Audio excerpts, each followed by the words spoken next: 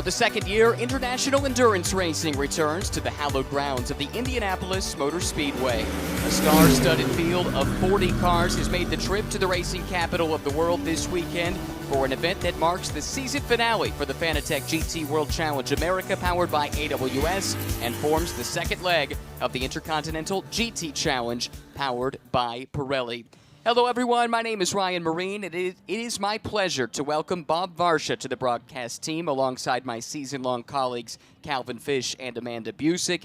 2 test sessions and practice 1 are already in the books. It's time now for pre-qualifying, the last tune-up before we set the grid for the Indy 8-hour in qualifying later this afternoon. Bob, it's a pleasure to have you alongside, and a beautiful setting for sports car racing, the Indianapolis Motor Speedway. Not a long history of sports car racing at this venue, but it seems fitting to have an event of this kind of global stature here at IMS. Couldn't have said it better, Ryan. I come to watch somebody walk a dog at the Indianapolis Motor Speedway, but to have a global series like this with all of these factory drivers, customer teams, but factory supported in these spectacular GT3 cars, and the biggest field they've ever had here, biggest field in the North American round of the Global GT Challenge is just spectacular fun. We've had rain, we've had sunshine and warm temperatures this morning. We've got a very cold racetrack, Calvin, and I think it's going to be interesting to watch this, essentially a practice session for 90 minutes. Yeah, I think it's such an important session as we get ready for qualifying and the pole shootout a little bit later in the day, and I think you're spot on with the cooler conditions. It's only about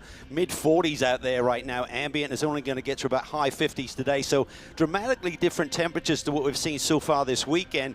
Add to that, a lot of the running time here this weekend has been in the wet, so we don't anticipate any more rain this weekend. So they really didn't learn a lot then, so this session is super important.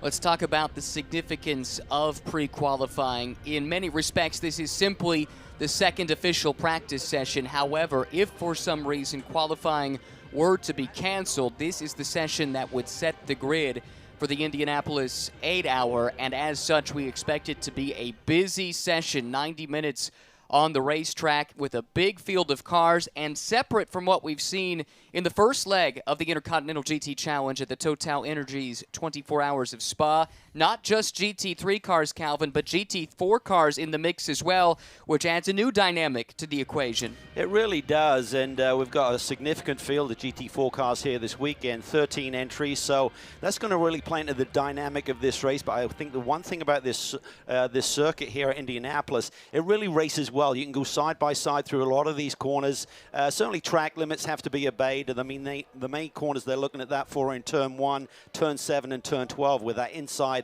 tire has to be up on the curb and you can't straddle it. But if you need a little bit more elbow room, there's some out there to work with. So it should be a nice, clean race. But as you know, just one moment in an 8-hour can certainly change your day. Bob, it is a star-studded grid. You look at this entry list, and there are drivers with experience in Formula One, in IndyCar, in NASCAR, sports car racing champions as well. We have the reigning champion crew from the TotalEnergies 24 Hours of Spa. They're back and ready to go. Different team, but still in the Ferrari, looking to add another win to their tally in IGTC competition. It's hard to find a lineup that doesn't have at least one driver that you look at and say, this is a world-class individual. And that says something important about how seriously the manufacturers take this championship. Yes, it was designed for 5 events around the world. For the conditions that we all know about, the pandemic and so on, there are only 3 rounds in the championship. That makes the competition even more intense. As you said, the 24 Hours of Spa, the Crown Jewel of the series, has taken place. Now we're here in the United States for 8 hours, and they'll wrap up with 9 hours in Kyalami, South Africa. Fingers crossed. Calvin, when this event was announced at the Spa 24 back in 2019, that the North American round was moving from Laguna Seca to Indianapolis, I think there was that sense that this is an event that could grow in its stature. We all know what happened last year, I should say, with the challenge for travel and such, and the grid wasn't quite what we hoped for, but this is really the first year where things look something approaching normal once again, and the grid is massive, as we have expected from the very beginning. More on that in a moment. First, let's welcome in Amanda Busick. Good morning. I hope you're staying warm down there, Amanda. Good It is a chilly morning. As I last checked, I think it was 49 degrees Fahrenheit here in Indianapolis as you see the cars take to the track. You talk about the grandness of the event. There's over 10 manufacturers represented here this weekend, and at my last count, I think there were 15 different countries that drivers hail from. But I saw Gio Venturini as we were walking into the track, an Italian joining us here this weekend, and as you know in the GT World Challenge, these tracks are new to him all season long. But I said, is this a big deal for you? He said, you betcha. This is like walking in as a legend. So you talk about the grandness of the event. It is for these drivers participating in this Indianapolis 8-hour. And the allure of racing at this venue, Calvin, that was a huge draw for so many of these international teams which have flocked in droves. Really the first chance that they've had to come here. We had WRT here a year ago. We had Valkenhorst. They, of course, won overall. But this is really the first season that you haven't had to deal with so many logistical hurdles trying to run an international program, and the international GT racing community has responded accordingly. They really have, and I think we've also got a factor in. We do have the 3-hour race going on for the first 3 hours of this 8-hour to determine the final positions. Championships have already been decided in GT World Challenge America, but I think for those teams, they're focused on that for the minor placings, and then they're going to then shift their focus forward to the 8-hour. But you know these American teams, it's like being the king of your own basketball court, and suddenly the big kid comes in for a play, and you want to showcase how good you are, how strong you are on North American soil, even if the big global teams are here this weekend. And again, you were at the Indianapolis Motor Speedway. I mean, to paraphrase the legend himself, Supertech's AJ Foyt, you do not make the Speedway makes you. And right now, I'm kind of surprised. I didn't have a look at the track this morning, but it looks like there's a lot of wet spots still out there. We did have some rain overnight in the central Indiana region. A lot of rain yesterday, and as Calvin alluded to, that had an effect on the test sessions, the practice sessions. Unfortunately, we are down one car. The Ian Lacey Racing Aston Martin suffered a rather significant incident in the bronze test yesterday, and that car has been withdrawn from the event, which is a shame, bringing us to 40 cars right now set to take the start of this race. But Calvin, I think Bob brings up a good point. There are portions of this racetrack that are not yet totally dry. No, and as we saw yesterday, it takes a long time for this track to completely dry out. There's good grip in the wet, but in terms of getting that optimum setup and really dialing the car in for the drivers who are going to have a crack at that pole position this afternoon, they'd really love to see the ideal conditions that they're going to have to really lay it down here later in the day. Most cars electing simply for an install lap, but it looks like Joel Miller is out on a flyer, one of the GT4 competitors. This is GMG Racing, a stalwart in North American motorsports. They've been very busy in GT America and Pirelli GT4 America as well, and now stepping up with a massive investment here in the Indy 8 hours with cars in multiple classes.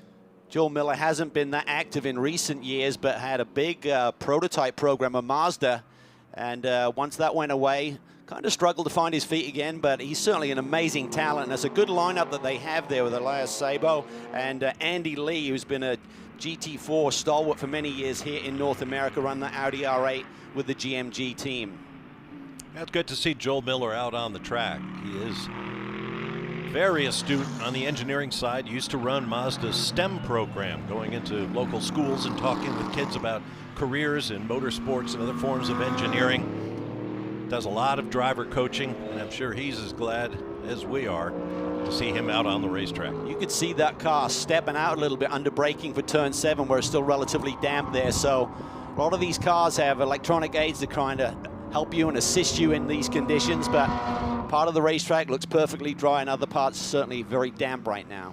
Calvin, talk us through this 2.59-mile, 14-turn road course. If fans are viewing this year and tuned in last year, you might notice the layout is somewhat different than we saw 1 year ago. It certainly is, as we watch Joel Miller now coming off this front straightaway, long straightaway down to turn 1. Terminal speed down here with the GT3 cars is just about 160 miles an hour. You're going to be about 10 miles an hour light on that with the GT4 car. And now we're looking at Vantor here, coming into turn 7. Turn 7 at the end of the Holman Boulevard. That is a portion of the racetrack that during the Indianapolis 500 and oval racing weekends, that's part of the access road, but it's been incorporated into the road course design from the very beginning. This, as you said, Dries Van Thorp, Team WRT. You could see that bright sun in his eyes as he made that stretch of racetrack too. Of course, they won't be racing at this hour of the day. Sunday's 8 hours starts at 10 a.m. local time. But right now, you do not want to go off this racetrack because that grass is soaking wet. He hits pit lane. We watch the Compass Racing Acura NSX. Let's go for a tour of the racetrack here. Coming down this front straightaway. Terminal speed peaking at about 160 miles an hour.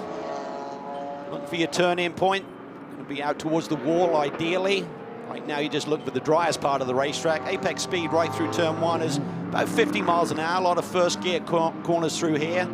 This is where the racetrack is going to change direction a little bit compared to last year. So right now, you're coming through turn 4, and you just keep turning. You see the Windward Racing AMG Mercedes there, tucking to the inside. And this is where it twists and turns a little bit more than it did last year. This is turn 6. Medium speed, about 70 miles an hour rolling speed through here. And this is really a critical corner coming up. Turn 6A. This gets you onto Holman Boulevard, where there is a good overtaking opportunity at the end. So you can see they'll run really wide. Be right out towards the grass there at high speed when they've really got a flyer going. See the traffic up ahead, couple of GT4 cars. Mac McMurray aboard the Compass Racing machine right now. This is turn 7. Then there's a beautiful flow and rhythm to this sector of the racetrack. Watch on the screen there, you can see 77 machine coming through. This is turn 10. This is where that sun is in your eyes right now as you're coming through this sector. Watching for those damp patches. Flat out, wide open through here, about 125 miles an hour. Peaking at about 135 as you're back on the brakes. Down 3 gears here. Relatively low speed, 50 to 60 miles an hour through this sector. This is a legit overtaking opportunity, tucking it to the inside. That is for turn 13 as you set up now to get back up onto the super speedway. It's a brilliant lap and a racetrack that has proven to race very well. We've seen that in the support races in the build-up to the event on Sunday, and last year's Indianapolis 8-hour had plenty of action as well. It did, and I think that overlap between the two classes is certainly going to provide some fireworks for us. We do a lot of multi-class racing, of course, but at this level, with this depth of the field, I think last year, when you looked at the grid, there were probably 6 legitimate. So you see the Inception car going a little bit wide there, probably going to the ABS a little bit. Kevin Madsen behind the wheel. This is a car that raced at the Total Energies 24 Hours of Spa and has stated its intentions, this Inception Racing team run by Optima Motorsport, to contest the entirety of the Intercontinental GT Challenge powered by Pirelli season. Racing in the Pro-Am class, Kevin Madsen in the car now. And as was the case at Spa, co-driving with him Brendan Uribe and Ollie Milroy. Brendan, already a race winner this weekend, going back to yesterday in GT America powered by AWS competition, winning that race overall. Got another one of those races coming up, Bob, in between this session and the qualifying this afternoon. So it's a busy day for this team and for Brendan. Which is one of the strengths of the series. A lot of track time, a lot of classes in which you can race based on your resources. Cars all look great, sound great, and put on a great show. Kevin Madsen said before the race he was looking forward most to coming to Indianapolis and teaching his teammate Ollie Milroy from Great Britain how to play cornhole. It is a Midwestern institution, I think it's fair to say, as a born and bred Hoosier. Kevin Madsen here through turns 12 and 13. Beautiful looking car. This McLaren 720S GT3 made its debut in SRO America earlier this year, and Brendan Uribe, Ollie Milroy, they have been fast in both the GT America single driver format as well as GT World Challenge America, the 2-driver format. And Kevin Madsen, no mean peddler himself. Pretty sure he was on wet weather tires. Saw tails away there. I think I saw some tread on those Pirelli P0s. So that's the safer option. I'm not sure it's going to give you the optimum lap time, but certainly dealing with the damp patches, you just got to be careful you don't overheat. Those wet tires with the treaded blocks there as you start to work them over. See the 91 car, Vesco Kozarov. This is one of the only 2 teams, I believe, Ryan, that we have just doing the 3 hours solely. So after the 3-hour mark, we will not see them any deeper into the race tomorrow. That's right. So as mentioned at the Open, this Indianapolis 8-hour, not only is it the second leg of the Intercontinental GT Challenge, but it's also the season finale for GT World Challenge America, which usually features a pair of 90-minute races over the course of the weekend. Here, though, that has been combined effectively into one race within a race. 3 hours is the duration for the GT World Challenge America portion of this race. There's some rules and regulations about what teams trying to score points to the American Championship have to do regarding driver lineups and things of that nature, which we can touch on more later.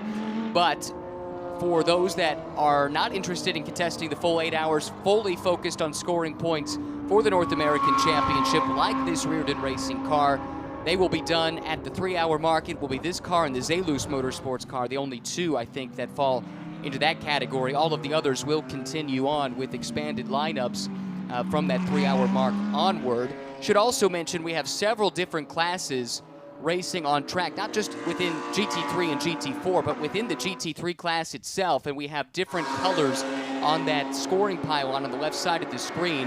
Right now it's showing the nationalities, but if you look, they are color-coded for the Pro, Pro-Am, Am, Silver Cup, as well as GT4 classes. That should help you follow the action as we go throughout the course of the weekend. GT4 car, number 54 car, Black Swan Racing.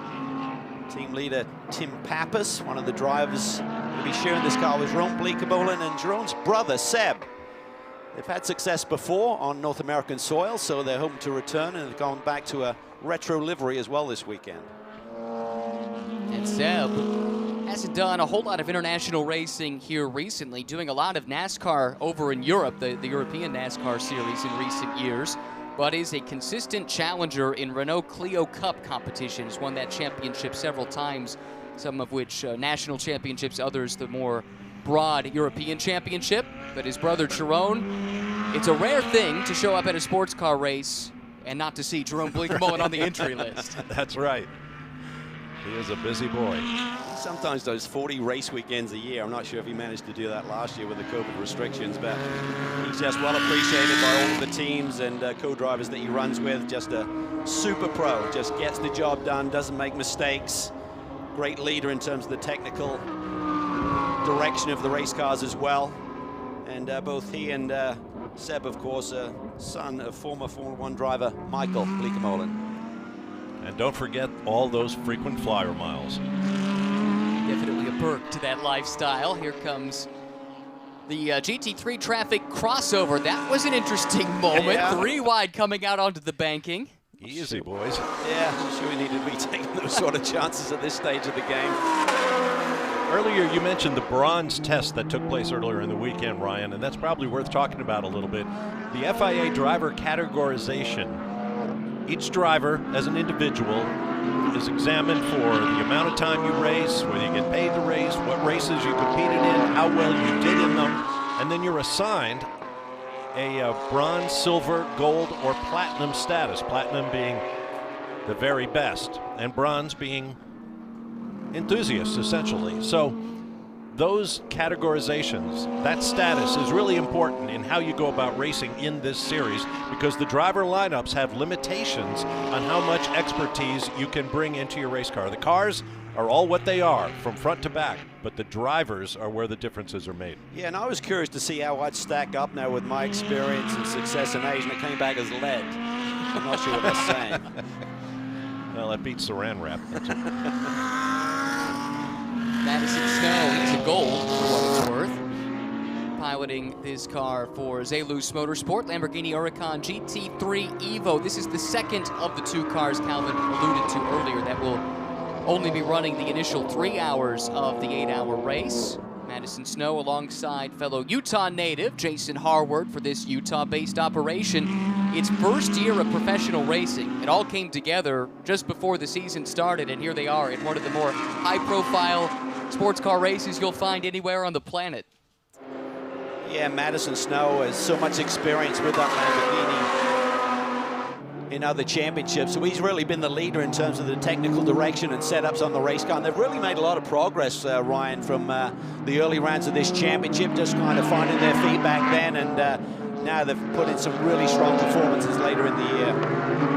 Should correct myself. I think Madison is now a silver. He was a gold for a time, but Anyway, these are the minutia of sports car racing that we like to chew over. Thomas Merrill driving this DXDT Racing Mercedes-AMG GT3 Evo. DXDT, an up-and-coming operation, another team that has its roots in Utah, actually, although in recent months has moved to a new base in North Carolina. And Thomas has been drafted in to join Michael Cooper and Aaron Vogel, who earlier this season at Virginia International Raceway became the first female driver to stand at the top step of a podium in a GT3 race in SRO American competition.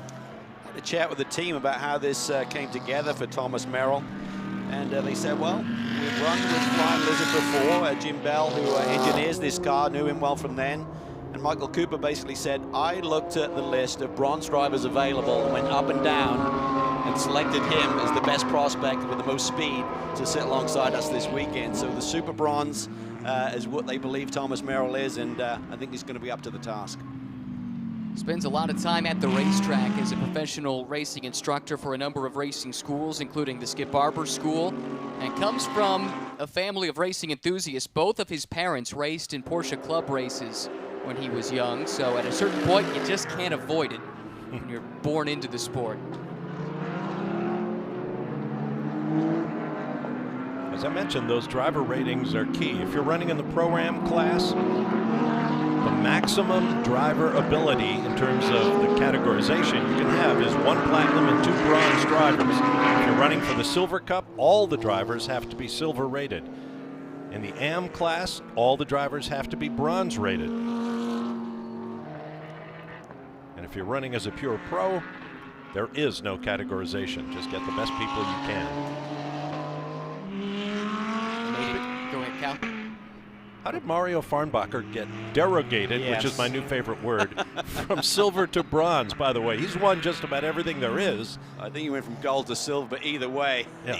he's basically a platinum. So Yeah, exactly. Is he? He can't be 50 years old. No. They just did it. They're allowed 1 derogation per lineup, so what a fit in the box, and I think they pulled a fast one there, but more on that later. Hey, you're not the first to ask that this weekend. I think it's safe to say as we watch Aurelian Panis make his way around the track. This is the Santalanc Junior team racing in the Silver Cup. So these are 3 young drivers, up-and-comers. And Aurelian Panis, great racing heritage himself, son of Olivier.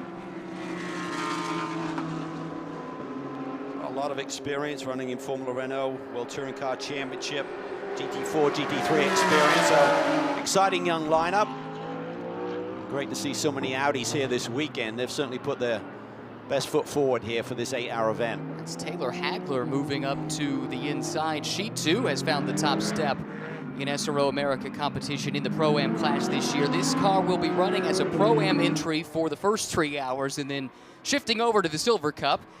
Confusingly enough, when we get to the 8-hour portion of the race, Taylor Hagler, Jacob Abel, and Dakota Dickerson, those 3 have each driven this car at various points throughout the season. Taylor, the full season driver, and Dakota and Jacob have shuffled in and out of the lineup over the course of the season. That was always the plan. All 3 of them graduates of the HPD GT3 Academy, and I think this too is a fascinating young driver lineup to keep an eye on.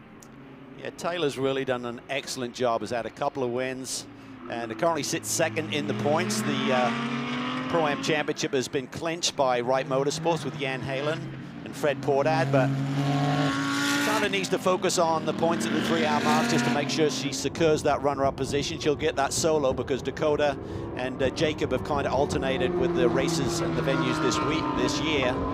But as you said, very exciting, great program that Racers Edge have put together with their academy program with HPD and this NSX. So it's really a great tool to let these young drivers get their feet wet with GT3 machinery through testing programs and then promote them up to a race seat as well. And this is a team that has quite a bit of experience racing on the IMS road course. Racers Edge had a program in the 88-hour last year, and that GT3 Academy we've been talking about, they use this as one of their venues as part of that program. So all of these drivers have driven this car here before. And we also have a 4th member of that academy who is racing in the Compass racing car. That's Ashton Harrison. More on that story later. But for now, let's check back in with Amanda down in the pit lane. Well, in the mix of GT4 cars on the track currently, there'll be one of the Stephen Cameron Racing. Tom Dyer is currently behind the wheel, but Guy Cosmo is going to have that third seat filling in for Gregory LaFouche here this weekend. You got the call last week, but we're 24 hours out from this race right now. What's going through drivers' minds? Yeah, right now we're just mostly trying to get me acclimated to the team and the car, right? I've been racing a different brand all season, racing against these guys. They've really been making us work for it all season in the GT4 America Championship and GTA, but I've wanted to race this car all year because it's been so strong. So I'm getting familiarized with the team and the BMW M4 GT4. I'm a BMW owner at home, so it's nice to finally be racing one. And to join Sean Clinton and Tom Dyer is great. It's a great lineup. I know Steve and Ricky Cameron for a very long time, since the very early days of my racing career, so it's a nice homecoming to be able to get back here and do this race with them, fill in for Greg. We feel terrible for Greg. He broke his collarbone, so he's at home. He just had surgery. We're wishing him a speedy recovery, and yeah, prep. I mean, we've been here since Tuesday. This is a long week. Put a lot of time on the cars. We're trying to manage the mileage, but also do all the prep that we can to make sure that we execute a perfect race tomorrow. We've been talking about the grandness of Indianapolis and just how historic of a racetrack, even for you. You've been here before, but when you walk in to the Indianapolis Motor Speedway, you see the pagoda, what goes through your mind? It's pretty magical here, I have to say. I've never raced here before. I've been here, I've tested here, I've coached drivers here, but I've never actually competed in races here until this week, so it's really special to be here. And to have the international teams come and join us, it really just makes this a very exciting event, and it changes the dynamic entirely from what we experience week in and week out. So glad to be here, thankful, and looking forward to letting it rip tomorrow. Best luck this weekend. Thank you. Guy Cosmo, a veteran of sports car racing on this side of the pond. He's tried to branch out and do some international racing in recent years. Won a championship in Asia in a prototype a couple of years back, but has found a nice home in Pirelli GT4 America, and I think he brings up a good point. He's been campaigning a Mercedes up against the strength of this BMW M4 all season, Calvin, and I have to believe as a racer, there's always that itch just to see what you're up against. Yeah, I think it's a great litmus test to see, well, is this why I'm struggling to beat this car? I mean, certainly the BMW, very strong, a lot of horsepower. But, you know, it doesn't carve the corners like the Mercedes that he's running in GT4 as well. And they both get around the lap in a similar lap time. So it's how they achieve that speed. Certainly Mercedes has a very strong car, very compliant, very kind to the tires. BMW, I think, outright pace, a little bit stronger. But then on a long green flag run, they come back to the competition a little bit. Really cool story here. Callum Ilott, who is IndyCar bound next year, in fact, did his first ever IndyCar test on this road course for Juncos Hollinger Racing going back a couple of months. Part of this Ferrari lineup, as he has been all season long, alongside Alessio Rivera and Antonio Fuoco here this weekend. Part of a two-car lineup in the Pro class for AF Corsa. The other car is the car that the reigning 24 Hours of Spa drivers are in. I think these Ferraris will be two to watch. Inconveniently for us, though, Bob, almost identical liveries. Yeah. The team's got it down. It just makes it hard on the announcers. If you look at the side view mirrors there, you can see some yellow on this car, the number 71, the 51 car, black mirrors. I had a good look. It's like one of those kids things, like spot the difference. I'm standing looking backwards and forwards, and finally figured out the mirrors are slightly different. It's really interesting that Callum Ilott is in here. He was a star, of course, in the Formula 2 series, en route to a Formula 1 drive should one open up, and then switched over to IndyCar, where he's been a bit of a sensation, and maybe IndyCar will be a big part of his future. Now here he is with a toe in the water in sports cars. So he's got a varied resume, and I think that's a good thing for a young driver. He's a Ferrari junior driver, so I'm assuming that's how he got the association with AF Corsa here, but had a lot of success in the junior categories over in Europe. He finished third in the GP3 Championship back in 18, second in F2 in 2020, so rich pedigree, comes from Cambridge, not far from my hometown of Norwich, Norfolk in the UK. And a young man that a number of F1 teams think highly enough of to name him among their test and reserve drivers. Both Ferrari and Alfa Romeo have him on their test driver roster, but like you said, branching out into sports cars, he's got his hands full. He's got fast hands, he just showcased that. And I think with Ferrari's announcement that they're going prototype racing in the near future, a lot of people thought, well, maybe F1, there's not going to be the chance for Callum. That's going to be where he ends up. That explains why he's running Ferrari sports cars in GT World Challenge Europe, finished on the podium at the 24 Hours of Le Mans as well this year. But he wants to be a single-seater driver, and he's got that chance with a restarted team in Juncos Hollinger Racing. They ran the final 3 IndyCar races this year with a big program full season lined up for next year. Speaking of AF Corsa, they have 3 cars this weekend. This is the AM class car. J.C. Sada, Conrad Grunwald have been the full season driver lineup there. Mark Kavami completes that trio for the weekend here at Indianapolis. Yeah, really strong season. Didn't have a ton of competition, of course, in the AM category over here, but nonetheless, some really strong performances when they did have competition come in. They typically ended up on top, so clinching that championship with J.C. Sada and Conrad Grunwald. But just great to see that AF Corsa name here on a regular basis in these North American paddocks.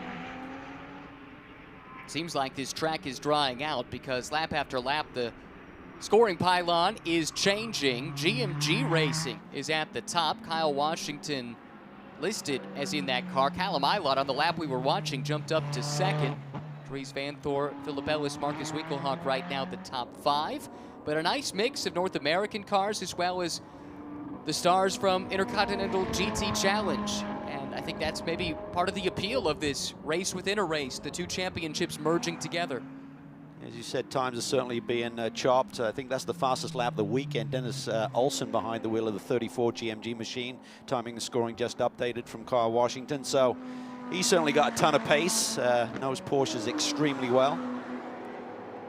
Kavami right now down in 16th on the overall order.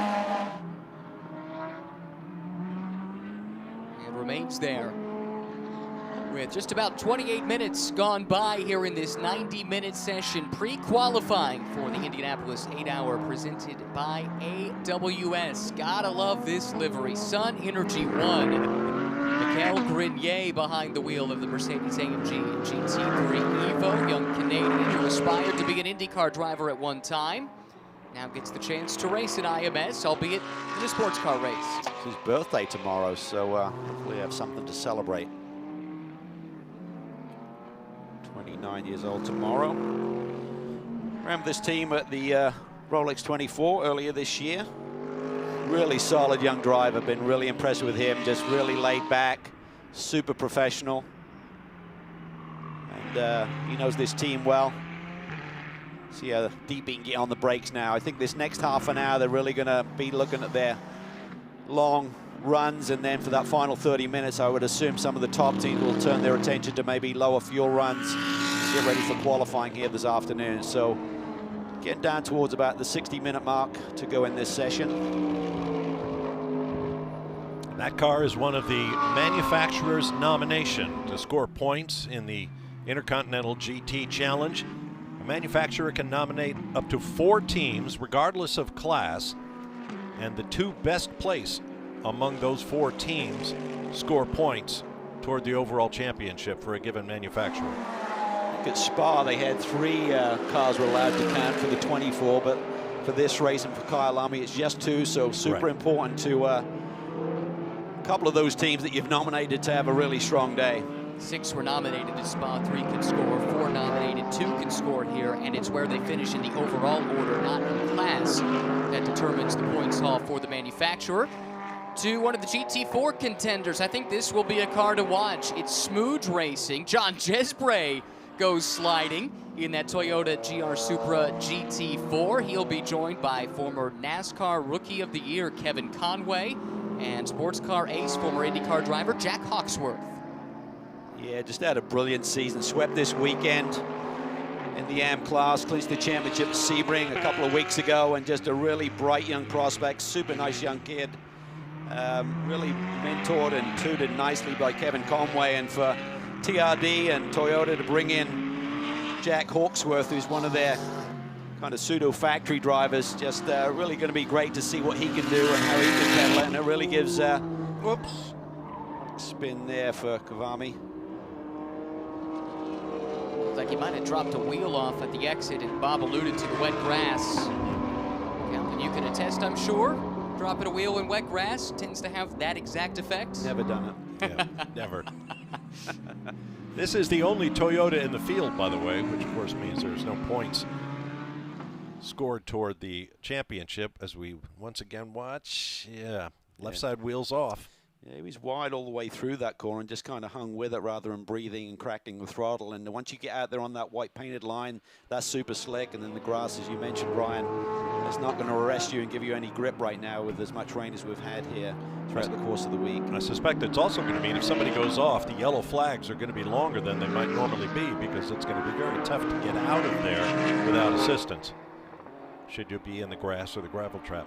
The good news today relative to yesterday where it did take a while to dry this track, the sun is starting to poke out. That was not the case yesterday, so hopefully that will help to advance the track drying over the course of the day. Don't expect any more rain this weekend. That is certainly welcome news as we watch Marco Mappelli, who continues to tour this racetrack with the K-Pax Racing entry.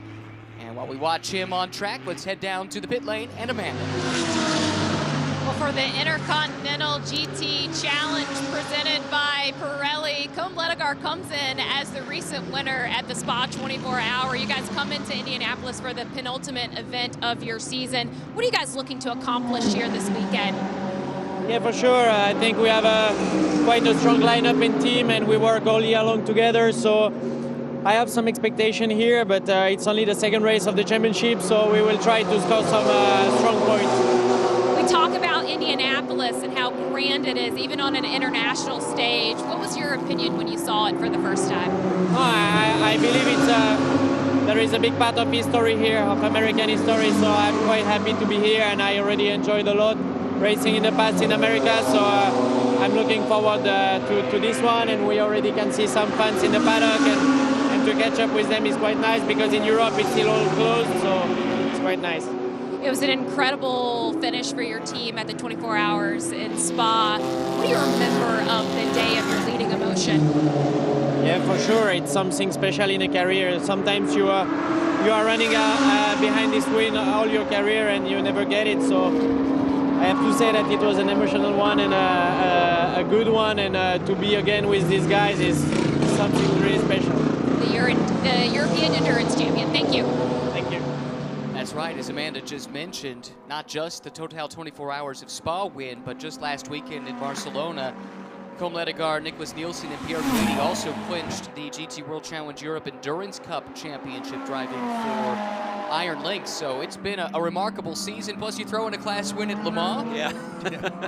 All three drivers won at Le Mans, different classes, Pierre Guidi and Ledegaard together in the GTE Pro ranks, and Nielsen also won in GTE AM. Red flag for a stopped car, and I think it's the TRG Porsche of Andy Lally. They're at pit in. That has brought out the first stoppage of this race, of this session, I should say.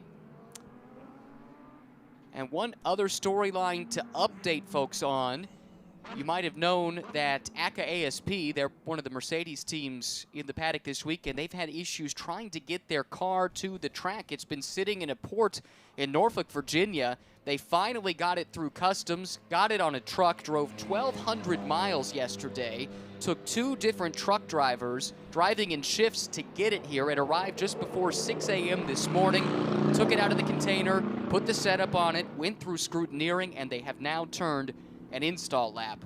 What a monumental effort. Now, they were aided this weekend by fellow Mercedes team DXDT Racing, so they have been on track in a different chassis, but an amazing amount of effort just to get on track for pre-qualifying here in their intended race chassis. Yeah, not the ideal week for them, but they're professionals and they'll probably take it in their stride, but they're on the back foot a little bit.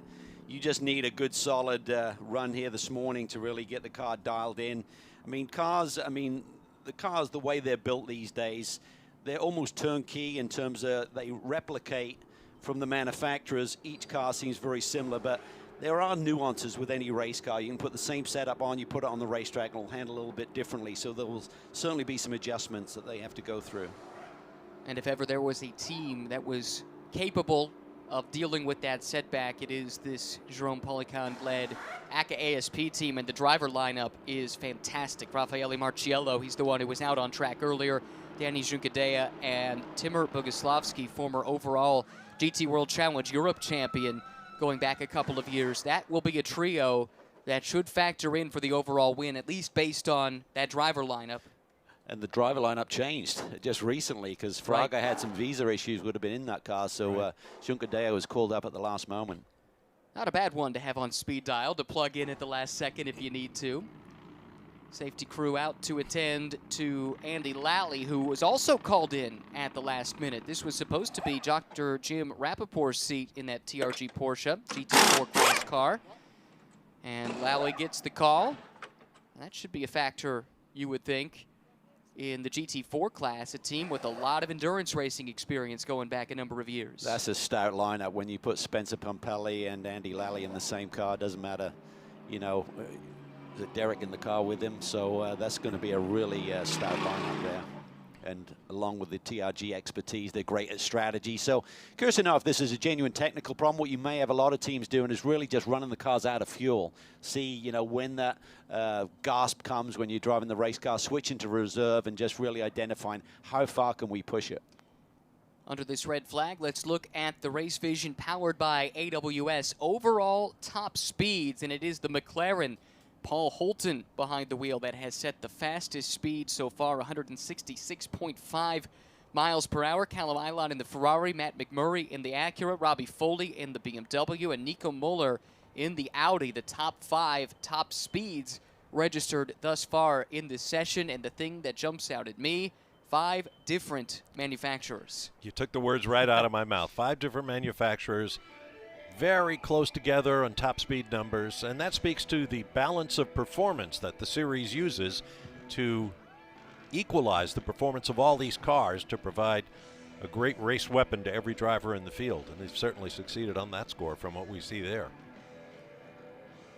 Very much so. Hopefully this is not a long delay. Here's some more statistics from our friends at AWS. Corner speeds at turn 13. That is the corner that leads to turn 14 we're looking at here up onto the banking. It's a tight turn there, Calvin, but a passing opportunity we've come to learn this weekend. It is. However, it is the entry to pit lane, so that 67 miles an hour from Sean Gibbons kind of stands out. I wonder if he was on the gas heading for pit lane when that was registered, because that's a lot of speed to carry through that tight left-hander. That would be a GT4 or Porsche Sean Gibbons is driving for NOLA Sport. Green flag waves above IMS once again, closing in on the halfway mark in pre-qualifying. Top 5 as they stand now: Nico Muller, Lawrence Vanthorpe, Mikhail Grenier, Nicholas Nielsen, and Dennis Olsen. More from the pit lane and Amanda now. Well, Ryan, you were talking about Erin Vogel's win at Virginia earlier this season. Catching up with her this morning and the craziness of what is here in Indianapolis, and you talk about just the strategy and all the different variables your team is going through. How do you approach tomorrow's race? Well, for me, I think it's just to stay really open-minded. I really just need to focus on the driving, focus on hitting my marks here when I'm in pit lane, and just drive the best race that I can do and be ready for anything. You know, it can come at any moment that they tell me that we're changing the plan, depending on what happens with the rest of the field and with the rest of the race. So just kind of have to play it by ear and be flexible. We talk about women in motorsports. We're actually going to do a panel here today to celebrate that. Talk about your iconic win back in Virginia. Well, I got to work with Christina Nielsen a couple years ago. We did the 25 Hours of Thunder Hill together, so I was my first endurance race of that scale. You know, kind of not at this level, but we did it with Flying Lizard, so it really felt like it was at this level, and I saw all the potential that a really great team has. So I'm just really looking forward to finally getting to do another endurance race, a little shorter this time. But working with Christina was great, and I've learned so much from her about just how to be professional and how to kind of keep your cool throughout a long race with a lot going on around you. Yeah, she's been a great role model and a great friend. When you approach the track, what do you love about racing in Indianapolis? It's great here. I love coming into the stadium. The atmosphere is fantastic, and it's fun to have all the teams from Europe again this year. You know, last year they didn't have that with COVID, so it's really fun to be here with this much activity going on. I think it's going to be a great race. Vogel has made the step from GT4 to GT3 look pretty pedestrian this season, Calvin. I've been impressed. She seems to be very comfortable with a high horsepower car. I mean, she's a team with Michael Cooper, who she ran with in GT4 competition last year. So I think that's really gives her that security, that comfort factor of having a teammate that she can bounce ideas off. You know, should this car be doing this compared to what I drove last year? And Michael has the experience as a 4-time World Challenge champion to give her that note and that yes, that tick that box. Yes, that's what it's supposed to feel like. Don't change anything. The car will do that for you. So I think it's a great team. I think they're going to be very strong next year. Getting that year under your belt with GT3 machinery is certainly a big step up, but she's handled it extremely well. They had that big win at VIR, and they're still in the points battle. That's why they're going to really focus on that 3-hour mark first, and then settle in and get ready for the 8-hour.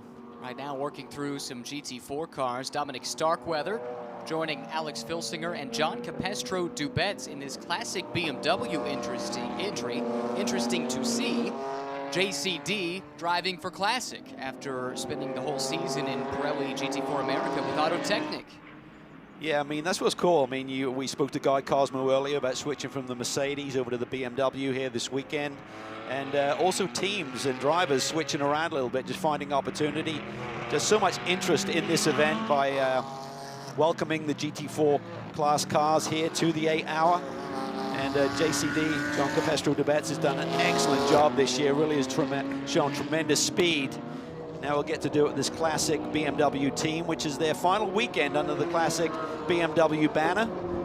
That franchise has been sold in Texas, but they're still going to have Fast Track Racing, which has been their racing arm to that organization moving forward, Ryan. One of the standout BMW teams over the last 20 seasons, maybe even more than that. Remarkable success in touring cars and in GT cars. Excited to see what they could do in what is a very strong GT4 field at the Indianapolis 8-hour this year. We've seen Dominic Starkweather a time or two this season, even was out in one of those old Saleen Cup cars, if you go back a couple of rounds, and gave them a bit of a dust-off earlier this season. So they're down in turn one, gets a little bit wide. Sometimes when you see the car go wide like that, it's that they've actually got into the brakes a little bit too hard, it activates the ABS, and that takes braking pressure away to arrest, stop the car from locking up the front tires and flat spotting, so then you run a little bit wide because you're trying to get through the corner with too much speed. This is the fastest car based on the first 44 minutes of this pre-qualifying session. Mattia Drudy now driving. I think it was Nico Muller who set the time earlier on in the session. Got another stout Audi lineup, and again with the homage to the Stars and Stripes. They've done this a few times in the past with their liveries coming to the States for the California 8 hours, and I think it's always popular. And this team, they've done it all. This should be a good one to keep an eye on. Young Italian driver, did a lot of running in Carrera Cup over the years. Been with the Audi brand since 2019, but teamed up with Robert Freins and Nico Müller. They're going to be a factor for the win here this weekend. Racing in the pro category for Audi Sport Team WRT, which is the only international team that participated in this race last year that is back this year. They did that in association with a domestic North American team, and most of, if not all, of the WRT staff that was running strategy and looking after the technical aspects of the car, they did that from Europe last year. They did that remotely, which is quite remarkable. Yeah, they're here in association with Hardpoint Racing, so it was a very unique set of circumstances, but they truly believe that has given them the leg up in terms of preparing for this year's race, Ryan. So they know the logistics. There's some tweaks to the rule book that they typically run with when we run here on North American soil and the two championships being blended. So they feel they should be in great shape this weekend. Bit of a twitch there on corner exit. Mattia Drudy putting this Audi R8 through its paces and has dropped down to second on the time charts. Raffaele Marciello in that ACA ASP car. We talked about the trials and tribulations just getting that car to the racetrack, and it didn't take him long. He goes to P1. So we watch Drudy, the third leg of this driver lineup. We've already seen Nico Muller behind the wheel. Robin Freins, the Dutch driver, with a lot of Formula E experience, won his class at Le Mans earlier this year too, for WRT, in a prototype actually. Good peddler in a GT3 car. Problems for Racer's Edge. Taylor Hagler appears to be off the pace. This is turn 11. Right, coming through turn 11, so I wonder if she's just pulling off to the side, having to try a reset on the electronics, trying to find a safe spot to do that. And this is a part of the track that came up in the drivers' meeting, how you should handle a problem. And the idea was to try not to park anywhere on the oval portion of the track, specifically oval turn 1, which would be just up ahead. It's only a couple of corners from pit lane, so see if she has any drive whatsoever to try and get it back to the pit lane for the Racer's Edge team led by John Meraki to try and get a quick fix. Very important. 43 minutes plus left on the board there. They don't want to lose this track time right now. Marciello just went faster still and then ducked into the pit lane. He's the fastest man on the racetrack by 0.2 of a second as we take a peek here at Derrick Jones. Devin Jones driving the BMW M4 GT4 for Bimmer World Racing. How cool to see Devin back behind the wheel. He had a horrific accident middle of last year. Just a really strong young man who went through a lot of rehab, and this is an exciting weekend for him to get back behind the wheel with this team, with the Bimmer World team. And we're hoping to see Devin back full-time for next year. So it's been a long road, over a year, but now we see him back behind the wheel. Second spin for the AM class car from AF Corsa. Looks like that's JC Sada's driver ID in the top left of the windshield. He's parked in the gravel, and Crucial Motorsports. I wonder if there was an incident between the two. Let's take a look. And this is what it looks like. Ben Barnicoat going down to the inside. JC had no idea he was there. That is turn 4, I believe. Looks like a lot of damage to the right rear of the Ferrari, and wheel wobbling on the left front of the McLaren too. Broken the suspension there, so that's just big commitment. I mean, JC could have maybe seen him, but you know, you're busy. You're kind of switching backwards and forwards as you carve through some of these corners here at IMS, and I think at this stage of the game, I think that's a little bit over commitment there from young Ben. Certainly has a ton of speed, and he'll be ruining that decision, I think. Brings out the red flag. JC, a regular in the Ferrari Challenge Series, has won some championships there. He is not a young driver, but he is certainly qualified.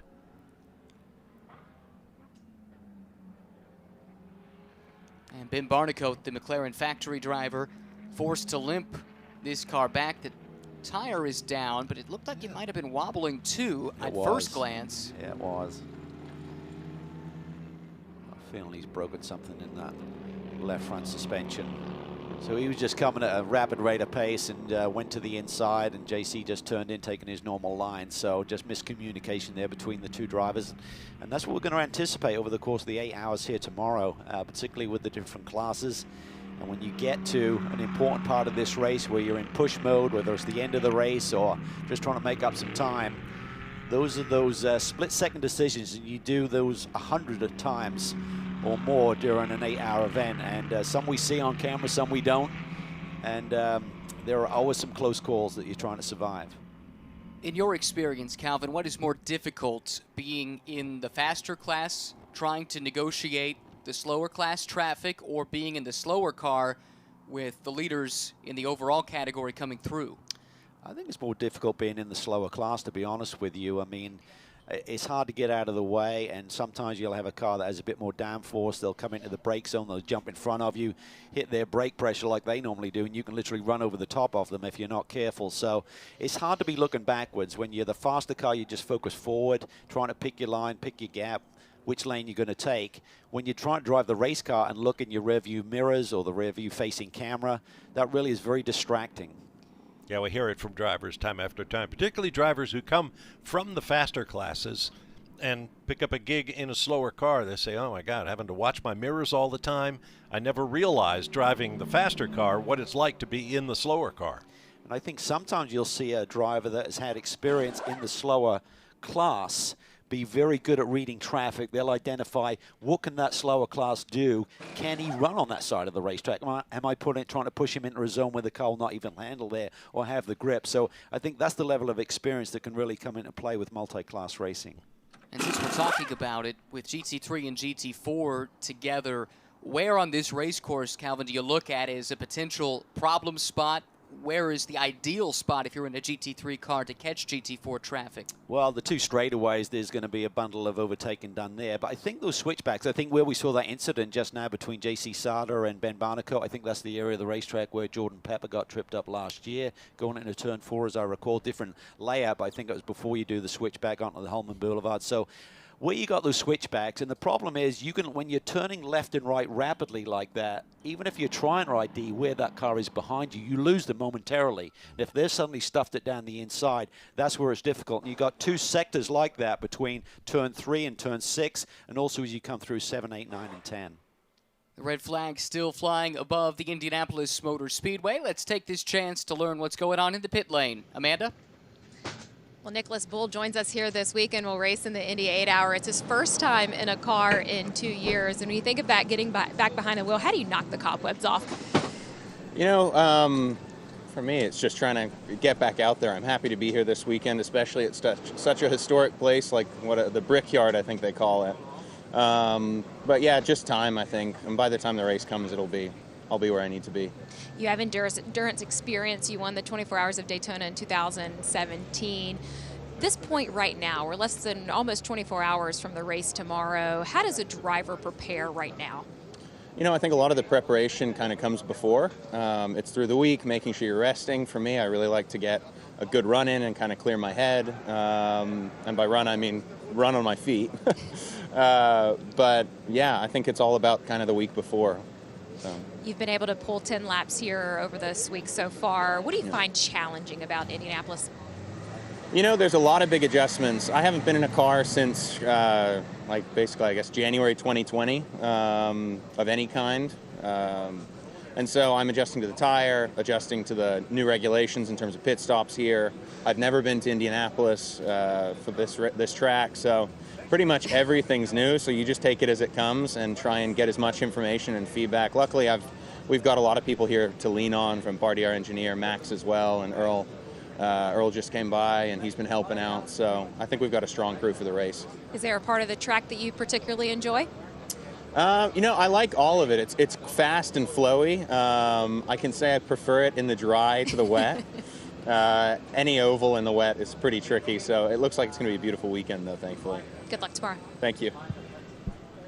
Nick Boole, part of the EBM Giga Racing lineup here this weekend, running in the Pro-Am class, also part of the Pro-Am Challenge subclass for the Intercontinental GT Challenge, along with the Inception Racing car.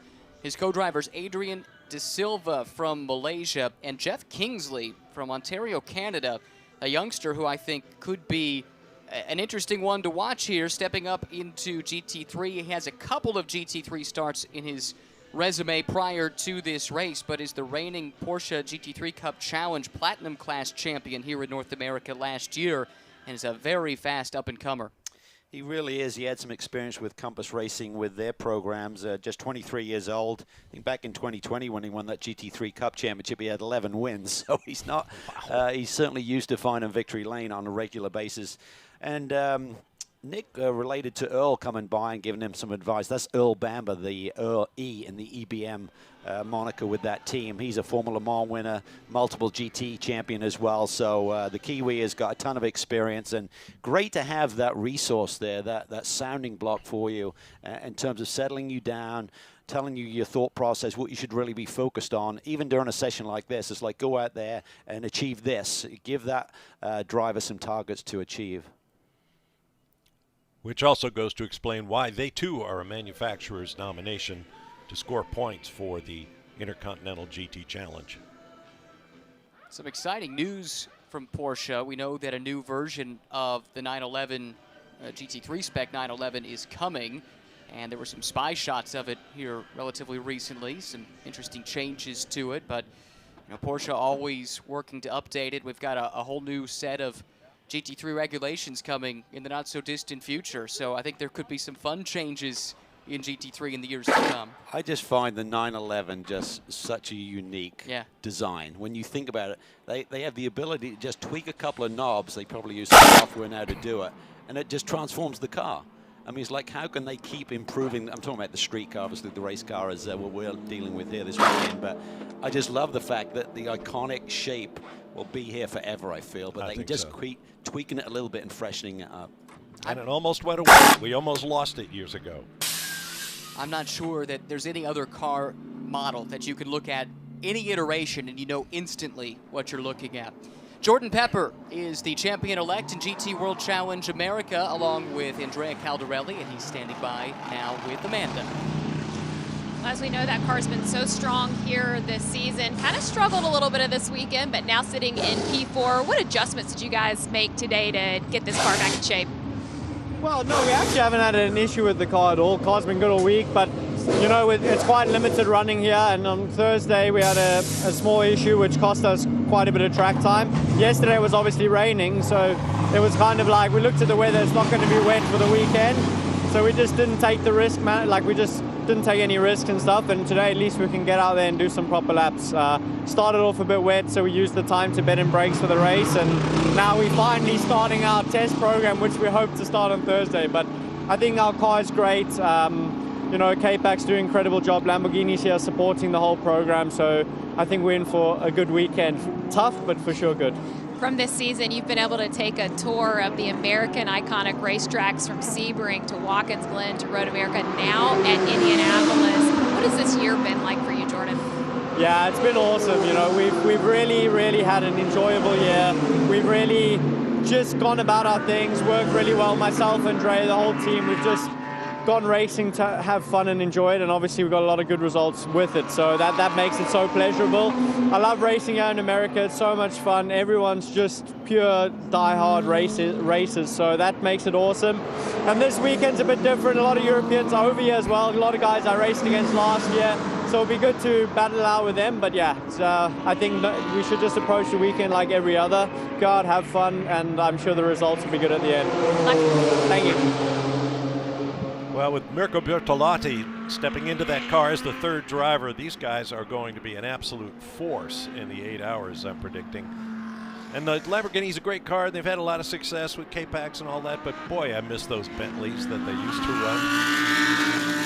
Certainly do as well. I think this event last year was the coming out party in some respects for Jordan Pepper. Had a great run at Bathurst earlier in the year too, but his performance on dry tires when that unexpected squall came through and made the track. Oh, wow. Yeah. Trudy there really taking a bit of a risk there, because you know, these damn conditions, you can kind of stick it down the inside, and if you suddenly have the nose job, you're not going to have the grip available to you to arrest the speed. So everyone's kind of getting up on the wheel now. I think you get into this last 30 minutes, certainly the last 15, they'll be throwing some stickers at it, trying to get a read in terms of what the car will do, what the balance will be like for qualifying here this afternoon. Oh, hard on the brakes there. Bit of a lockup. Yes. That's where that ABS is kicking in. You don't see so much lockup, but the ABS kicking in. You'll see a little puff, but then the ABS is kicking in, but you can no longer steer the car. It kind of makes the front end feel numb in terms of responsiveness. That allowed Dries Van Thor in the trailing Audi to make his way through. Audi Sport Team WRT, Belgian team, Belgian driver, who was embroiled in that dramatic finish of the Total Energies 24 Hours of Spa. The great duel in the wet with Alessandro Pierguidi. I know he had his head hanging a little bit after coming out on the short end of that scrap, but it was a tremendous fight between the two of them, going side by side through some high-speed parts of the racetrack in the wet, places you don't usually see GT3 cars going door to door. No, it's certainly a fantastic finish, and young Dries is 23 years old, brother of Lawrence, who's had a ton of success here on North American soil, but what a career he's put together. He won Le Mans in the GTE AM class back in 17, won Bathurst in 18, won the Nürburgring 24-hour race in 19, won an SRO championship last year, so this is a young man that has all the tools in his toolbox to achieve success at any level in GT racing. That's all, huh? Yeah, not bad, huh? Some people would be happy to retire with that, and he's only 23 years old. Well, he's part of a really stout Audi effort in this race. 3 pro teams, just heavy with factory drivers, and 1 Silver Cup team. Audi is gunning for this championship on the manufacturer's side. And Dries Vanthoor added the GT World Challenge Europe Sprint Cup Championship earlier this year as well. So back-to-back championships for Dries and his co-driver, fellow Belgian, Charles Weerts. Getting results so quick I can't keep up. And they got that taken care of nice and early. This season had 4 wins on the year. A win and a second at Brands Hatch put it, I think it was out of reach at that stage, and it didn't matter that they had a lackluster season finale in Valencia. Ultimately held on for the championship. I know your eyes do not deceive you. Those 3 pro Audi squads all have this Stars and Stripes livery. Subtly different. Right. I tried to do that check in the garage area and that was getting too confusing. Well, and just to add another spanner into the works, 2 of them are WRT cars. This car is Santalok Racing. Yes, so Christopher Haase, Marcus Winkelhock, and Patrick Niederhauser, the driver trio. Haase has a lot of time on North American soil, ran with Paul Miller Racing back in 2014, finishing 2nd in a North American GT3 championship back then. He's run with this team since 2017. Just a ton of wins at the Nürburgring and just super successful. Really nice guy. Very cool, very laid back. And it's another very strong squad that Audi have put together here this weekend. GT Masters champion going all the way back to 2007 in a Lamborghini Gallardo.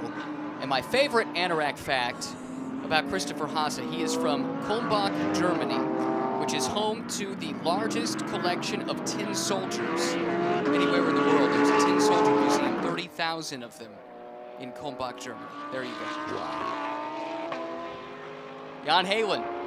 Don't know if he's got a tin soldier collection, but he certainly has been racking up race wins over the course of this season in the Pro-Am class in GT World Challenge America, driving with Fred Pourdad. They clinched that championship earlier this season, so they don't need to think about points. They can focus on the 8-hour here. Jan Heylen joining Fred Pourdad over the course of this season for a very established team in Wright Motorsports. They have a lot of endurance racing history that they'll be drawing upon this weekend. And Heylen had a really solid single-seater career. Ran in Champ Car over here in North America for a couple of seasons, and boy, has he been on form of late, Ryan. I mean, we've watched him over the last couple of years, just absolutely on the wheel, running in that Pro-Am category with Fred Pourdad. But when he's up against the pros, he puts on a show. And this team is excellent as Jan peels off into pit lane for some more adjustments. Heylen's another one of those, can we call them golden silvers? I think we can. He's certainly got equal speed to, I think, probably anyone up and down pit lane here this weekend, despite the influx of these global GT races. And they're joined this weekend by Max Root, who teamed with Fred Pourdad last year to win the AM Championship. First time we've really seen Max in a race car this year. He only has a handful of starts so far in a couple of different things elsewhere, but great to have him back as we look at the ACA ASP car that we have been chronicling over the course of this session. Just an amazing effort to get the car to Indianapolis, prepared this morning through scrutineering, and only with a slight delay they were on the grid despite this car not showing up until just before 6 a.m. this morning. I'm just going to call this driver TB just to make sure I don't butcher his name. Timur Boguslavsky from Kazan, Russia, the 2019 GT World Challenge Europe overall champion, which combined results from both the Sprint and Endurance Cup. And this lineup is excellent. ACA ASP, a very established team as well, based out of France. Beautiful livery on that car. And they'd be the first to say they owe a big debt of gratitude. We talked about it a bit earlier as he closes in rather rapidly there on Mirko Bortolotti in the K-Pax Lamborghini. Mirko able to get out of the way. But this trio of drivers, even though their car wasn't on site, they were able to get on track because of some help from DXDT Racing. Danny Giancadea, one of the other drivers in this lineup. He's been on track earlier today. He's now with Amanda. And very thankful that their car arrived here from being in a container coming across the Atlantic. What was the anxiety before this car got here into Indianapolis? Well, it was obviously a tricky one. You don't expect to be having to wait for your actual car. We luckily were very lucky to have another customer team that lent us a car to drive in the test on Thursday, then yesterday in pre-practice. So that was great to learn the track, at least because none of us have been here before. But the car is here now and seems to be quite rapid. Indy, you found out last Sunday you would be racing here this weekend. What was your reaction knowing you were coming to Indianapolis? Oh, it was great. I mean, it's this place has so much history. I've never been here. I've been here, but I haven't been at the racetrack. I've never driven before, and it was good news, of course, to get it, even if it's a late call and you have to organize everything fairly quickly, but love to be here. It's an amazing place. With the three of you here this weekend, what do you hope to accomplish? Sorry? With the three of you here this weekend, what can you accomplish together? Well, I think we're here to win. That's a given. I really like competing. We are big competitors. We have a really good package with the Mercedes-AMG GT3 and with the team and with my teammates. And we're here to fight for the win. That's what we're coming from. So anything that is not a win would be not a disappointment, but it's not where we're coming from. Best of luck. Yeah, just imagine what his thoughts are coming into Indianapolis Motor Speedway for the first time. I mean, a $165 going down that straightaway is one thing. Going in the other direction at 225, I'm sure it crosses their minds. Yeah, I think just total respect when you look and drive through that tunnel and see those grandstands, and you see at turn one, and you think that that's taken flat out in an Indy car at those sort of speeds is just phenomenal. It's breathtaking, and you watch it tails away when you hear it's like, how does that car hang on at those sort of speeds? Right. Been fortunate enough to cover the Indy 500 on radio the last several years, and I was here in May when XF1 driver Kevin Magnussen came just to check it out, and he got to go stand inside that wall, the pit wall, effectively, where in the old days they used to stand with the signboards. And he stood there watching the cars go by at 225 into turn one, and he was giddy as a schoolboy. You could just tell it really jazzed him up. It gets your attention. I don't care what you've driven. Kevin obviously has a mega Formula One career behind him, running in the US right now for Chip Ganassi racing in a prototype. But you can't believe it. It's just the speed is just awesome. I mean, it just reminds me of the first time I went to a NASCAR race at Charlotte, and you just look at these thundering beasts heading down to the first corner. I was convinced they were all going to crash. Right. It was like there's no way they can get through that corner at that It's speed. be a big pile. Yeah, you just have to adjust your brain to it. And the more you learn about it and what the drivers go through and what they have to have faith in when it comes to the cars and their design and their engineers and so forth, the late John Paul Jr. once explained to me what it's like going down there. He said it's an Indy car at the Speedway is like an airplane taxiing. It's all kind of bouncy and feels unstable and weird.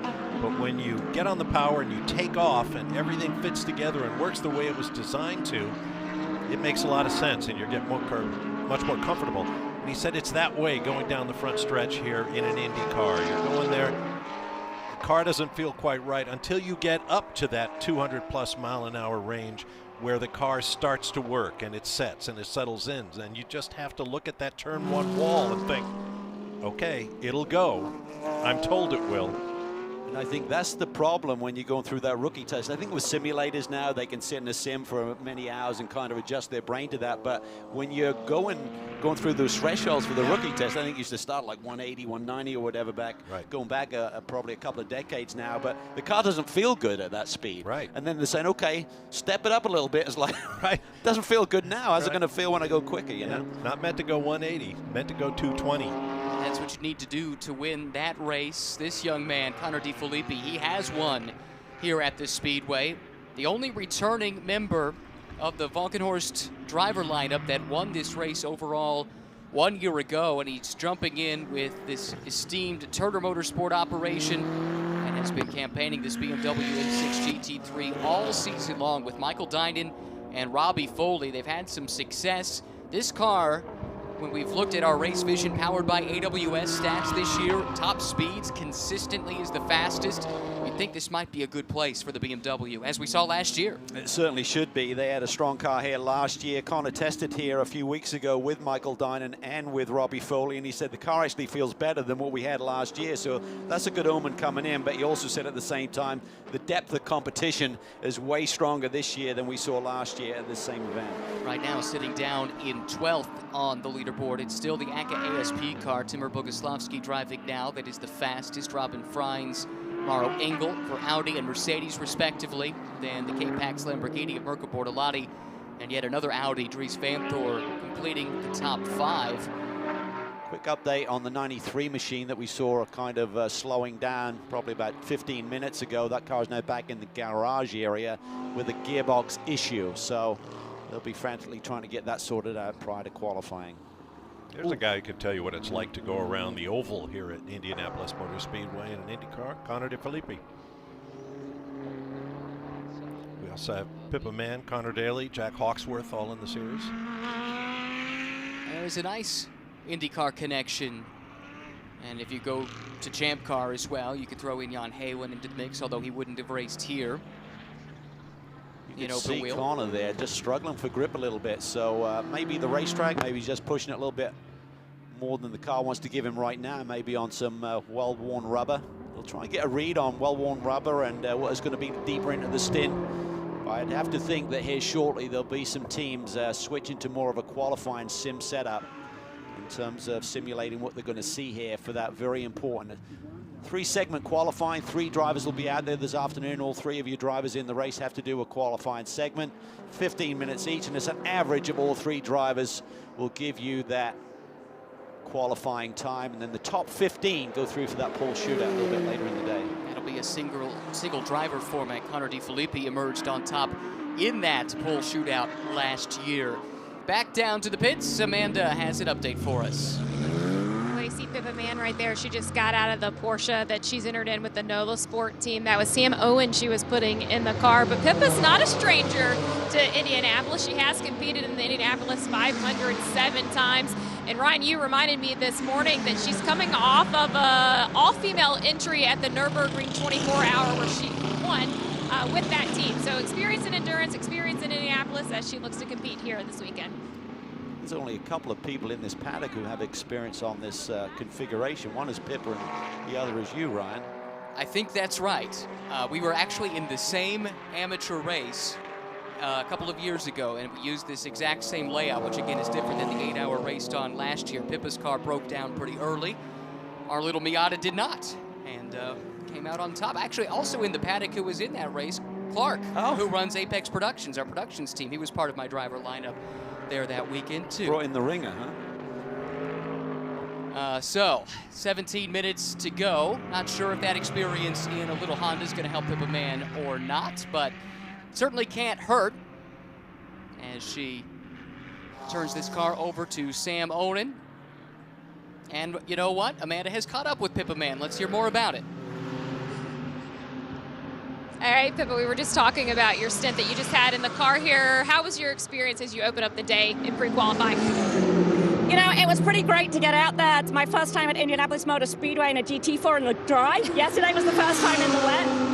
So I'm really happy to be here. Thankful to OGH Motorsports, Valkyrie, and Beltec Logics to get out here and have some fun this weekend.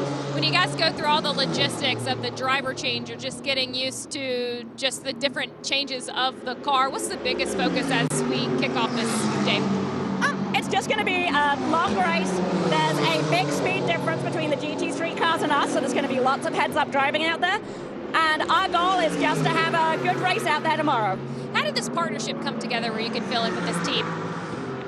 So I was introduced to Sean, who is the car owner of OGH Motorsports and Valkyrie, by one of my Indy 500 mechanics. So that's how this relationship started. Awesome. Enjoy the weekend. Thank you. That mechanic is Dougie Livingston, who has been involved in sports car racing for a long time. BGB Motorsports primarily in recent years, but some other teams as well.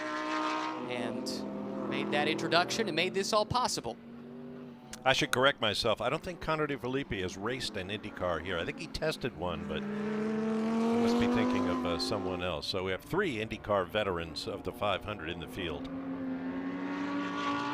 Down to the final 15 minutes of pre-qualifying, and I think this is that time, Calvin, where we're going to start to see some teams electing to go into qualifying trim. Colin Brown currently driving this number 04 car, Mercedes-AMG GT3 for DXDT Racing. Great to have them back. They've taken a couple of races off, focusing in on being prepared for this event. Yeah, certainly great to see the squad back. George Kurtz had an incident at Road America kind of midsummer and had an arm injury, so it's kept him out of the race car. But spoke to him during the week. He said, I got a little test day at the Apex Motorsports track in Phoenix, Arizona last weekend. He said, felt good. And you know this squad is going to try and put on a really great show with so many cars involved here in this 8-hour. Well, this is the defending Pro-Am winning team of this race, and it's the same driver combo. When you throw, we talked about earlier, you have to have certain driver rating requirements in your lineups. Colin Brown needs no introduction. George Kurtz drives with him for the full season. If you have to go with another bronze, it's hard to do much better than Ben Keating. Oh, he's like we talk about super silvers, he's the super bronze, because Ben has just got so much experience, and just his speed is just amazing for an AM driver. So a lot of experience. He ran with the team back in 2020. He's familiar with this AMG chassis, the Mercedes AMG chassis, having run North American GT3 campaign with the Riley Motorsports team. So he's the perfect person to plug in. Super consistent, has a ton of speed, and they'll be strong in that category here this weekend for sure. And once touted as the world's biggest volume seller of Dodge Vipers. And we have seen him, I mean, the man cannot get enough of racing. He'll get out of one car and get into a car in a different class on the same race weekend on a regular basis. Races all over the world. I don't know when he has time to sell cars. He's very good at it, though, both driving and selling cars. He actually was in a coffee shop in Elkhart Lake one year and bumped into he and his wife, and we were chatting about the dealership, and his wife shared a little video. I'm not sure if you've ever seen one of those crazy, like, lunatic guys trying to sell cars. Well, Ben does his own version of that, and it was absolutely hilarious. I need to get a copy of it because I was in tears watching it. I can imagine that. He's a gregarious personality, always a smile on his face, especially when he's at the racetrack. We'll be seeing him in the first of these Mercedes to come through the shop. We'll focus in now on David Askew in the sister car, the number 63, Ryan Dial, another one with IndyCar experience, albeit not here on the oval at IMS. Scott Smithson, who raced for this team in touring cars last year, finished third in the TCR championship. He's the third leg of this Pro-Am driver lineup. And David Askew, in addition to being one of the drivers, he's also the team owner. 30 years experience of sailing at a pretty high level. He won the Sydney to Hobart Fastnet Challenge with he and his brother a few years ago, and just loves to be competitive. And I think with their driver lineup, Dial is certainly top-notch. For Smithson, I believe that's his GT3 debut, so this is going to be a massive challenge for him here this weekend. As far as I can tell, I suspect he's done some testing. His team has done quite a bit of testing in the build-up to this event. Check in here with the 6th place car in the order. Patrick Leaderhauser driving now. This is the Santalock Audi we talked about earlier with Christopher Hassa and one-time Grand Prix starter Marcus Winkelhock. Yes, but one-time starter led from last, I think. Yeah, well, I think it was kind of, he dived for pit lane, and Bob, you probably know this, threw some wets on race. Spiker chassis, and lo and behold, he's leading his first Grand Prix. Yep. Pretty cool story. Yeah, it's a great story. He's the only guy to be first and last in the same race. It's at the Nürburgring, right? Yeah, it was at the Nürburgring. Yeah. Rain approaching. The team said, what the heck, bring him in, put him on wets. They did. And off they went. The clouds opened, and the whole rest of the field, including all the Lewis Hamiltons and Jenson Buttons of the world, went flying off at turn 1 in the wet. Here comes Marcus. Reminds me of that Grand Prix earlier this year. I can't remember which one it was, where the whole field peeled in for changed tires, and Hamilton came around and did a restart by himself. That's right, Hungary. Yeah. Niederhauser might be the lesser known of these three drivers, but he's got a nice CV as well. 2019 GT Masters champion in an Audi, and has been campaigning Audis in GT Masters, made a couple of Intercontinental GT Challenge starts at Spa and Kyalami last year for a pair of different teams, and also last year finished runner-up in the 24 Hours of the Nürburgring in the Pro-Am class. So he's got a lot of laps in these cars. You could see him really hustling on that in-lap. You think, why take that risk? Well, those are the split seconds. I think Michael Schumacher was the man who really demonstrated where do you find the edge, and they didn't leave any box unticked in terms of the in and out laps are crucial. And you'll see that now with these top-notch drivers. It's not just do a fast lap, then get it back to the pit lane safely. As no, from when you exit the racetrack to getting it to that pit lane speed limiter, how quickly can you do that? Because that can be vital. A couple of changes in the running order. Shinkadea is still fast as Connor DeFilippi just jumped to second. Ollie Milroy to third overall and tops in the Pro-Am class. We watch the Craft Bamboo Racing Mercedes on track now, but let's duck down to the pits and check in once more with Amanda. Well, as we've talked about, the first 3 hours tomorrow are going to finish up the season for the Fanatec GT World Challenge. And for one of those drivers, Russell Ward beside me, he's still in points contention for second in points versus that Turner BMW. And Russell, when you look at the approach for tomorrow, we just discussed this off camera. What's the strategy? Is there one for the 3 hours and the 8 hours, or is it rolling together? Yeah, for us, it's all together. I mean, we want to win both of them. So, the strategy really is keep the car clean, make sure that we have a good race car. It's looking pretty good out there so far. Really cold. It suits AMG right now, so looking strong. When you approach the track from the turns here in Indianapolis, what do you find is the most difficult part of this racetrack? Honestly, the most difficult, it's my first time here, and same with all the other drivers. And the most difficult part for me is that the tarmac is all black. It's all one color. Usually we use at least I do, I use the braking marks in the road as a reference. And so coming here the first time, there's no black marks in the road, so you end up in the gravel pushing it a bit too far. So, that's the hardest part, is you really got to drive this racetrack by feel. There's not a lot of references out there for braking marks and things like that. Thank you, Russell. Thank you. It didn't help. We've had all this heavy rain washing the track clean. It's actually a great point. I mean, I used to find my braking points just from the depth perception to the corner, but some people are very much into, I brake at this mark on the side of the road. Hopefully it's not a paper cup or a bird that's moving. But, with the tarmac being all one color, it does make it a little bit more tricky for someone who's used to a reference point. He's a young man who has really come along in recent years, fast-tracking his way through the world of GT racing by driving a ton of races each and every year, and kicked off the 2021 season with a class win at the 24 Hours of Daytona. He's had a good year in GT World Challenge America, has been running in GT World Challenge Europe, among other championships. Very, very busy, as is this whole Windward Racing operation, which seems to be involved in any championship globally that runs GT3 cars. Yeah, massive operation, taking over the HTP organization from Europe, combining forces. Bryce Ward has also done a ton of racing in his career, which is Russell's father, mainly in GT4 competition, but this family loves racing. They got top-notch organization, big plans moving forward, been running in DTM and a bunch of championships this year. So all of that is really, when you look at this team and you look at some of the other Mercedes that are campaigning on North American source cars stranded off to the right side there as you come through turn 6, I think the fact that they've got a spread there, just identifies the 63, I believe it, David Askew. Looks that way, yes. I think the fact that the Windward team are running so many different programs, Ryan, has really elevated their performance level.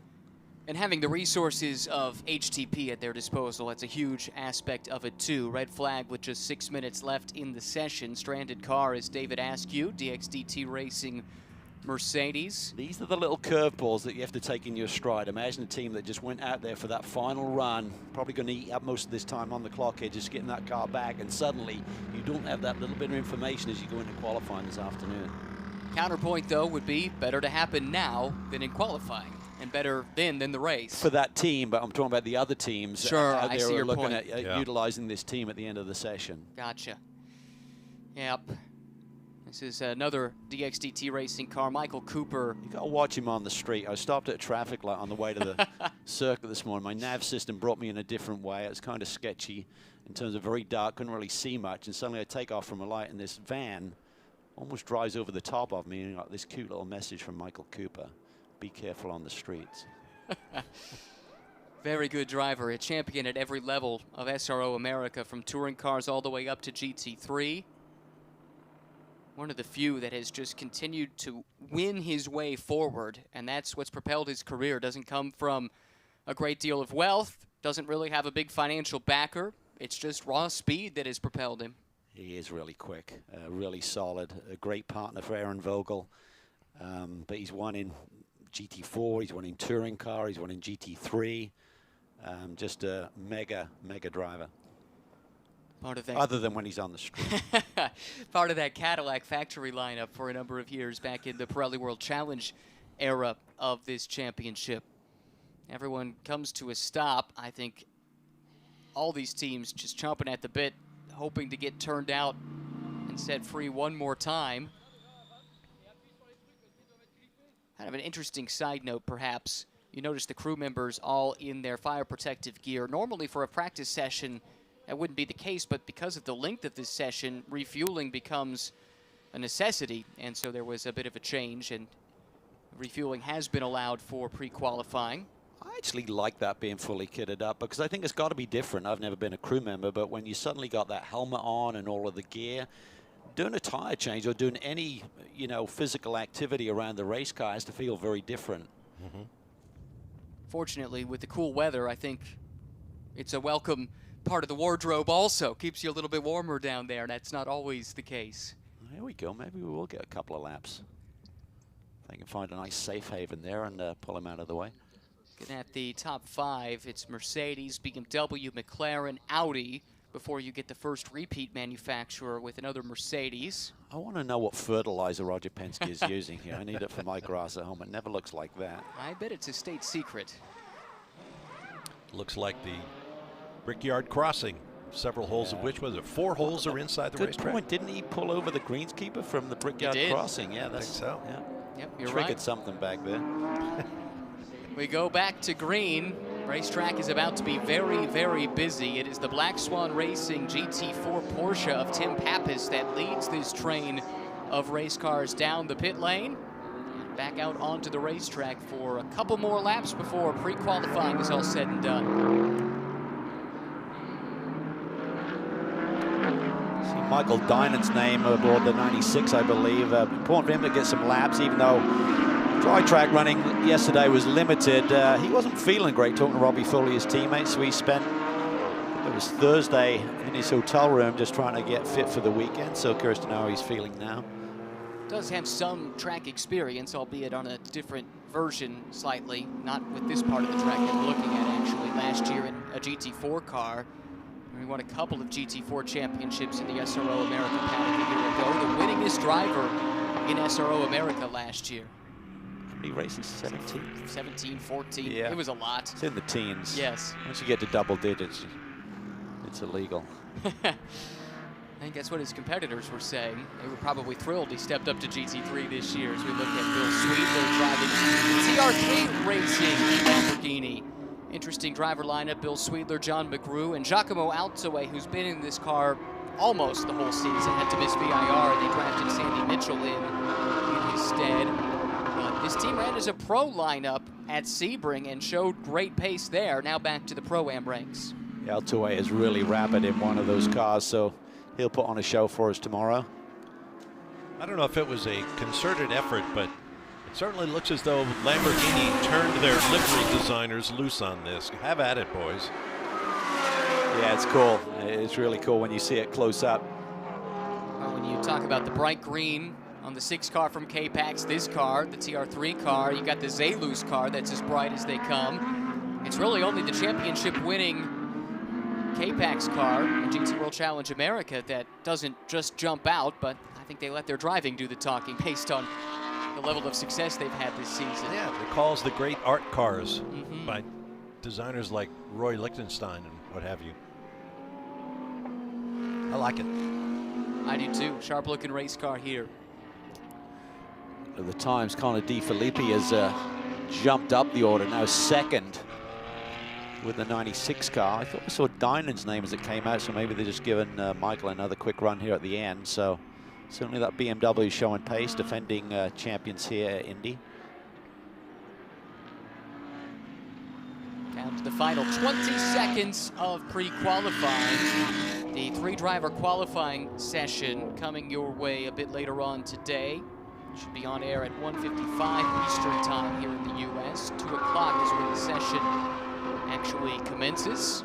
And at the end of the day today, that will be the top 15 from that qualifying. They'll go again for pole shootout. Checkered flag is waved, so everyone coming around to complete one last flying lap. We'll see if the running order changes at all for the moment. ACA ASP overcoming all of the logistical hurdles to top the time charts, impressively so, in a lap set by Raffaele Marciello, and is nearly 0.2 of a second clear of Connor DeFilippi in the second place Turner Motorsport BMW. I think I might have been Altoy behind the wheel there as he jumps up the order to 6, 34.4 on that lap. So there are a few green sector times popping up here, which is personal best on our timing and scoring screen. Didn't see any purples there, but certainly 10 car put together a really clean lap. That would put Altoy second among the Pro-Am class. TR3 car. This is another Pro-Am class car with a green second sector. Ollie Milroy already in the car that is the 3rd fastest and the fastest in Pro-Am so far in this session. Coming to the Art of Bricks to take the checkered flag. Let's check the time. Did he improve?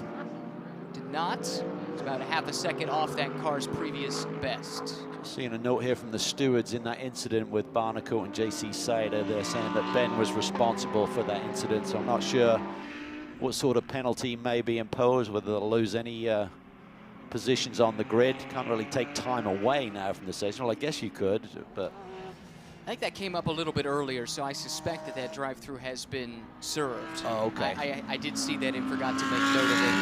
Yeah, fix the car first. Well, that's true, actually. They may not have gotten out for all that we know because of that. Looked like suspension damage there. Vesco Kozarov in the 91 for Reardon Racing. The Spa winning lineup car behind from AF Corsa, and they very nearly came together in turn 11. Reardon nearly got rear-ended. Cool to see Reardon, little team from out on the West Coast here in the U.S., get a chance to compete on the big stage, albeit just for the first 3 hours. They'll just do the North American part of the 8-hour.